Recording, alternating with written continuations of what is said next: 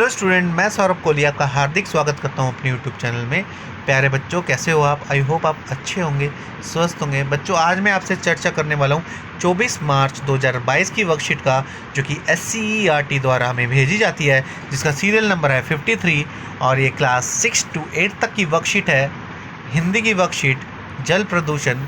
और इसको शुरू करने से पहले जो कोई भी हमारे चैनल के साथ नया जुड़ा हो, इस चैनल को सब्सक्राइब कर ले और बेल वाले बटन को ज़रूर प्रेस कर ले, ताकि सारी नोटिफिकेशन उस तक ज़रूर मिल सके।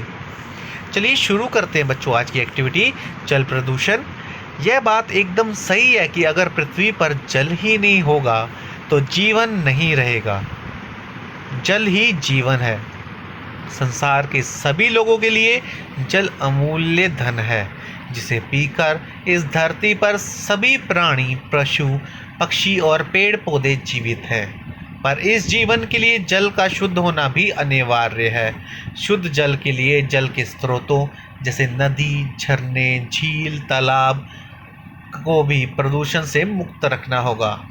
जल प्रदूषण की समस्या को जानने से पहले हमें जल प्रदूषण का अर्थ समझना बहुत ज़रूरी है। जब पानी के विभिन्न स्रोत जैसे नदियाँ, झीलें, कुएं, तालाब, समुद्रों आदि से दूषित तत्व आकर मिल जाएं, तो उस स्थिति को हम जल प्रदूषण कहते हैं। जल प्रदूषण बच्चों क्या होता है?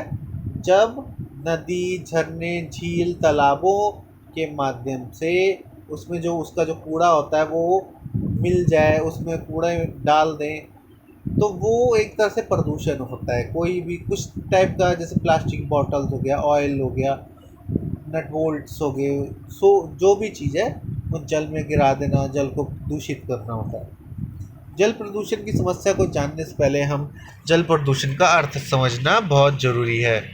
जब पानी के विभिन्न स्रोतों जैसे नदियों, झीलों, कुओं, तालाबों, समुद्रों आदि में दूषित तत्व आकर मिल जाएं, तो उस स्थिति को हम जल प्रदूषण कहते हैं।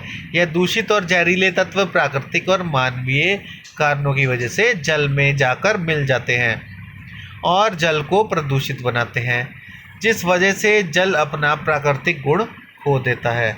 आसान शब्दों में इसे ऐसे समझा जा सकता है कि जब हम किसी भी प्रकार के कचरे को सीधा जल में फेंक देते हैं, तो इससे जल प्रदूषण होता है।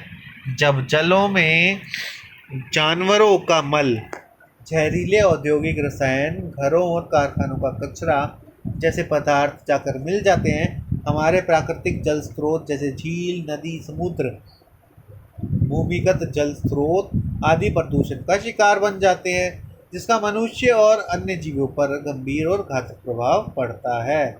यदि समय रहते ही इस बढ़ते हुए जल प्रदूषण की समस्या की ओर हमने ध्यान नहीं दिया, तो एक दिन ऐसा आएगा जब पूरे देश जल संकट का सामना कर रहा होगा। ये सत्य बात है बच्चों। इस गद्यांश को बोलकर पढ़िए और अपने माता पिता एवं परिवार के सदस्य को सुनाइए, जैसे मैंने भी पढ़ के देखा। इस कहानी में जिन शब्द के अर्थ और उच्चारण में आपको कठिनाई महसूस हुई, उन शब्दों की सूची बनाइए। जैसे भूमिगत हो सकता है, समस्या हो सकती है, औद्योगिक हो सकता है, रसायन हो सकता है। जो जो शब्द आपको मुश्किल लगे उसके आप लिखें और टीचर के साथ चर्चा करें और उच्चारण भी करें।